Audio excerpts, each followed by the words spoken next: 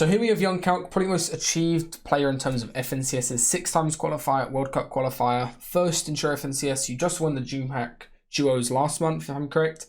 Fourth place in the other one. Loads of solo achievements as well in terms of cash cups and solo FNCS. Let's get into this. So what was the start of competitive like for you, Calc? So basically my brother invited me to this one Discord server, and in that Discord server, I got invited to another one, which is Comp Solo Snipes, and there's other players in it, like Thwifo and Booga. And basically back then, you couldn't do like playground or creative, right? So you had to like queue you had to queue at the same time as other people. So we basically did that, and we practiced our mechanics in game. And so instead of like actually scrimming like you think of it now, we basically build fought each other in game, and that helped us all improve our mechanics a ton. So that's what we did back in the day before playground. And then I played FNPL and Step One. Eventually got into Procord because I was pretty well known by that point. And then they lowered the age limit to 13 so I could compete, and yeah. So what is your schedule like daily when it comes to Fortnite and practicing and scrimming and all sorts? It changes a lot depending on when the tournaments are and like if it's tournament season or not. But normally I wake up at like 12 p.m. and I usually try to sleep 8 hours a day, because if I don't sleep 8 hours a day, I play awful. So I always have to get 8 hours of sleep. So this is quite an important question for a lot of the guys who are probably watching this, and then also for yourself in particular. How would you go about in terms of exercising just to improve your like performance in Fortnite, or just to be healthier overall? So exercising is actually really important for keeping like a good mentality and making you happier. If you're like just doing the same thing every day and you're sitting around and you're not really moving, you might get pretty like tilted more often. I mean, I know it sounds dumb, but it actually does help a lot if you're exercising and doing those kinds of things. It'll make you feel a lot better too. If you exercise daily or every other day, you're going to feel a lot better, and it's going to help you improve in Fortnite. And people don't believe it, but it's 100% true. So how would you keep a good mental? So you mentioned exercising a little bit, but any other tips or things that work for you? So to keep a good mental, in solos, cash cups can get pretty hard, but when it comes to actual important solo tournaments like FNCSs and stuff like that, I normally just know how important it is. So it's pretty easy for me to just keep a good mental state, keep my composure, and not get tilted. Obviously solos are tilting, but I'm more so good at keeping a good mental state in team game modes. So I'm pretty good at keeping my teammates and motivating my teammates on like improving and stuff like that. Having a good like mental state and having a good grinding mentality is really important for actually succeeding in Fortnite. So ways that you can improve that is surrounding yourself by people who also have that kind of mentality. And I like to think that I'm one of those people you want to surround yourself with. And you want to be one of the people who are also grinders, basically. So any tips that you'd have personally for motivation? You kind of mentioned just a bit there, but anything in particular that motivates you? The thing that motivates me overall compared to anything else is just proving people wrong. And I feel like even though I've done so much in Fortnite and played so much, I still don't get credit from other pros, or some people think I'm bad at the game, or they think I got carried. And I always hear that shit, and it might be sarcastic, but I don't know if it's sarcastic or not. And I just use it to motivate me, and it works. So yeah, I basically just use that stuff to motivate myself and prove people wrong. That's what my motivation comes from. And kind of keeping on that topic of mentality and everything, do you have any tips for nerves, like any type of like anxiety or fear that people get before events or even major events like at LANs that you've competed in the past? Anything that you do for that in particular? So I used to get pretty nervous while competing, and I don't get nervous anymore because I've been competing for so long and doing the same thing and have so much experience. So I don't get nervous anymore. But when I used to, the way that I dealt with that kind of stuff was I took deep breaths, and if you take deep breaths, it kind of resets your mental, and you can just calm yourself down. That's what I do at least. So now moving on to team modes, you kind of mentioned it, but do you have any tips on finding a trio or a trio that works for you? For any of the guys who are watching this, maybe you don't have the best achievements in terms of solos, but trying to work towards that, of course. Obviously, you want to try to look in a Scrum Discord for them, or like wherever. I know Fortnite Tracker is some things, but it's going to be pretty hard. But honestly, before you actually start worrying about a trio, you want to focus on improving yourself. It's 100% what you want to do. You want to focus on placing in solo cash cups and improving yourself. But to find a trio, you just want to find people with good mentalities. It doesn't actually matter if they're like nuts or not. They just have to be decent, and they have to have a good mentality, because you can improve with them if they have a good mentality. And mentality is obviously, in my opinion, the most important thing in Fortnite. So they have to put in effort and just those kinds of things. Now, when it comes to VOD views in Fortnite, like what would you do in terms of VOD viewing? How would you do it? What players would you look at in particular? So when I VOD review, I use the in-game replay system, obviously, but I also can use people's POV if they're streaming or make YouTube videos. Specific players that I VOD review, definitely Tayson, Vidal, and Noah Riley. They're all like insane players. They're definitely the top 3 players in the world right now, probably. Crazy players. I VOD review them a lot. I also VOD review their fighting, You got to auto review your own fighting too. And if you auto review your own fighting from the enemy's POV when they kill you, you can learn a lot from that. Do you have any tips in particular for solos that have worked for you? I mean, I know you won your solo FNCS heat, and then you got like top 20 in the grands as well. Any tips that you have for that game mode in particular? Solos is 100% mentality. It's not really like skill or anything like that. It's 100% mentality. And also probably the most important thing besides your mentality is confidence. You also have to have a ton of confidence.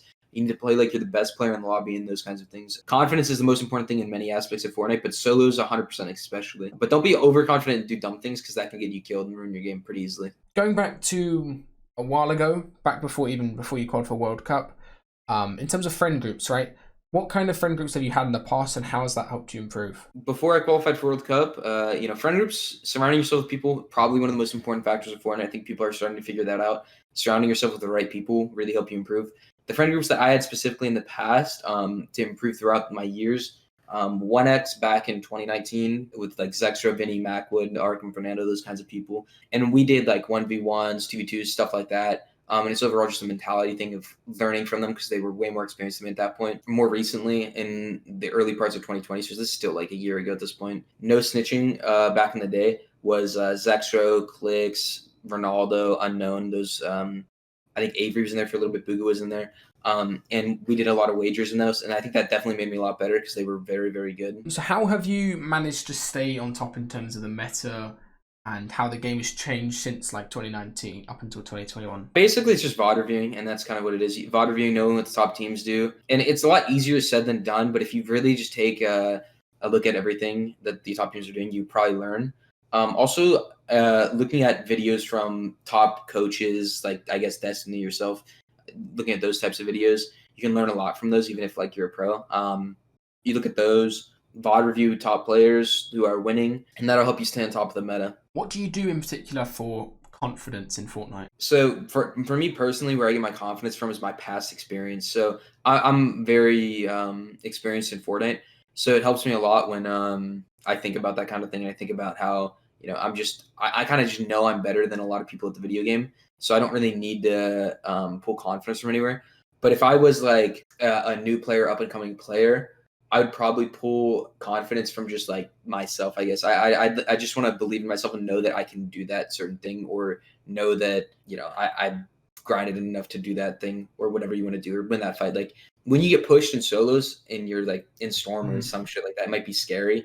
So you have to just be confident that you can win the fight. And, you have to make a play. So you can't just sit in your boxing time. You have to make a play, and you have to play confident. How did you improve your mechanics, and what have you done in the past to improve your mechanics? Because you're pretty well like known on NA, especially in terms of the top like 10 players. You're pretty known as one of the more mechanical players in that group, especially because you're quite young. What have you done in the past, and then what are you doing at the moment? Obviously, just creative a lot. You play a lot of creative, and I think what people don't realize is if you're getting absolutely dominated in creative, like you're losing a ton, you're getting better. And this is something that I didn't realize until later. But if you're losing and you're getting absolutely shit on, you are getting better at playing against that person, because they're probably better than you at creative, and you're probably going to learn a bunch of things from playing against them. Personally, in the past, I've also, well, not in the past, but presently, I've auto review pros who are mechanically insane at the current moment, like Vidil, Noah Riley, who are the two best mechanical players right now for sure. So I've auto reviewed them and their fighting techniques. I also auto review myself and what mistakes I do wrong in fighting. What would you say is a good balance between arena versus scrims, and what do you prefer? I actually think scrims obviously are very important, but NA might be playing scrims too much, because what happens when NA plays scrims, we play from like 6 p.m. to whenever, like 10 or 11 p.m.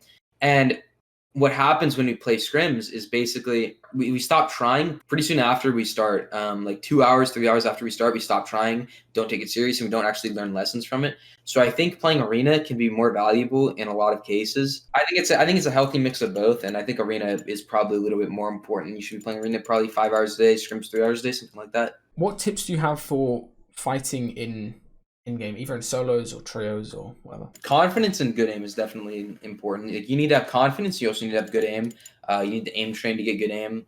But yeah, confidence is the most important thing about fighting, definitely. So you just mentioned aim being so crucial. What do you do at the moment for aim training? I have an aim routine for shotguns and Kovacs, and I used to do it daily. I don't do it daily anymore. But once FNCS starts up again, I probably will start doing it daily again. It helps me improve my aim a lot, and it's just getting consistency in your aim. That's the most important thing. This is kind of a question from somebody that asked me this. Is what is the best way to practice for open kind of tournaments? DreamHack Opens, solo cash cups, which are opens. What was the best way for that, you'd say? Definitely Arena, 100%. If you're practicing for open tournaments, Arena is the best way.